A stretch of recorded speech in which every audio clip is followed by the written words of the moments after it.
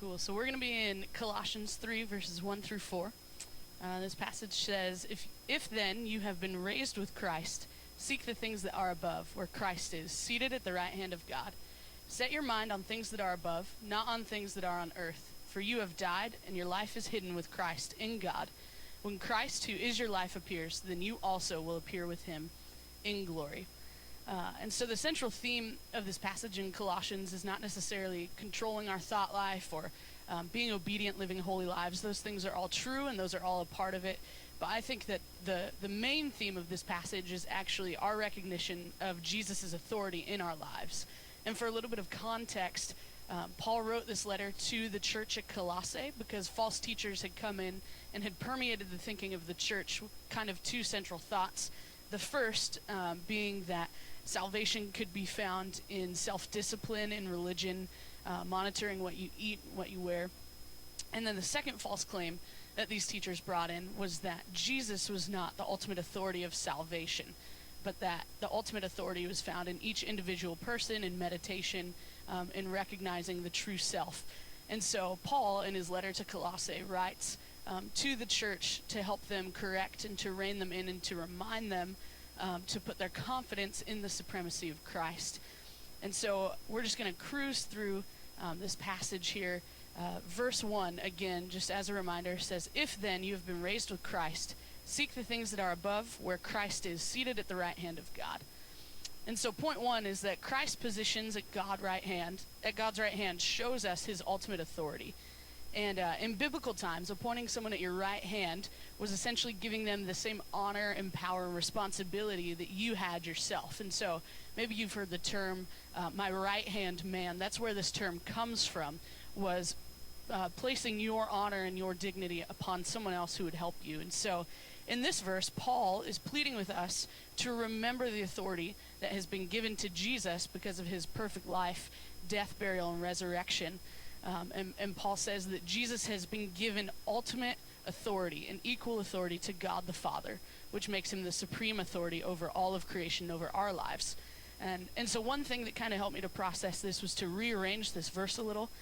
So I put it this way. I did it backwards. I said, Christ is seated at the right hand of God, so that if you have been raised to Christ, seek the things that are above.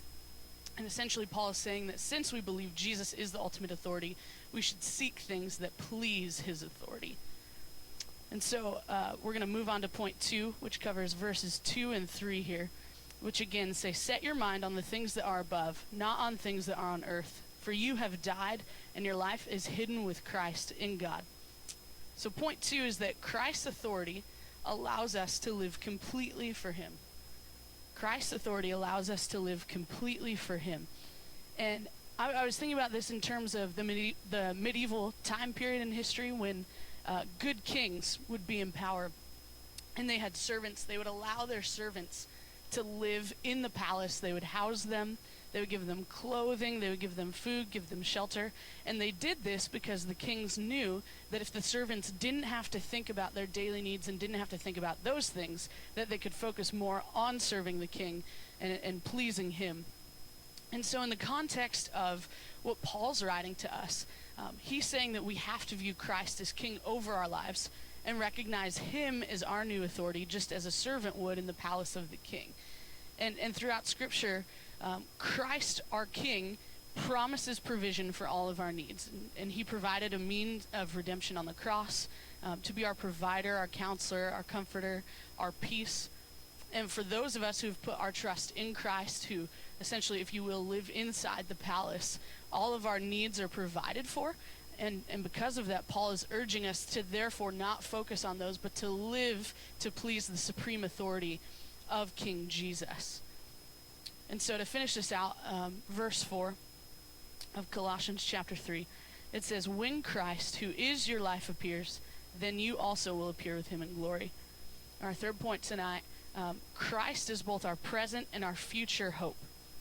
Here Paul says that Christ is our life. I think that's really cool because it's not saying that Christ is a part of our life, but he's saying that Christ actually is our life. And that means that he is presently involved in every intimate aspect He is our provision. He's our rest. For Christians, that means that Christ is the centerpiece of everything we do, whether it's church or family or work. Christ is our life and should be working through us in every one of those aspects. But not only is Christ our present hope, Christ is also our future hope, meaning that he will return one day permanently to reconcile all of the broken creation and humanity back to himself. So no more pain, no more sin, no more death or brokenness or disease. But when that day comes, if we've trusted in him and fixed our eyes on things above, then we will see Jesus in his glory and be with him for all of eternity. And so kind of the challenge for us tonight is to recognize whether or not Christ is actually reigning supreme in our lives. And I just have a few application points. Just how do we do this? How do we actually live out what Colossians 3 is teaching us? Number one, I think we have to recognize that Jesus must be the ultimate authority of our lives, whether that's for salvation, making Christ the centerpiece of your life, or for your daily living, for repentance. Number two, you have to identify the areas of your life in which you are not living under Christ's authority. So that could be your sexuality, your anxiety, your finances, your pride. You need to look at those areas of your life and confess and repent those to God. And number three, get accountability within your community. The local church is by far the best way to practically live out what Colossians 3 is calling us to. And by repentance and prayer for each other, we will be healed. So just challenge you to remember Christ's authority in your life.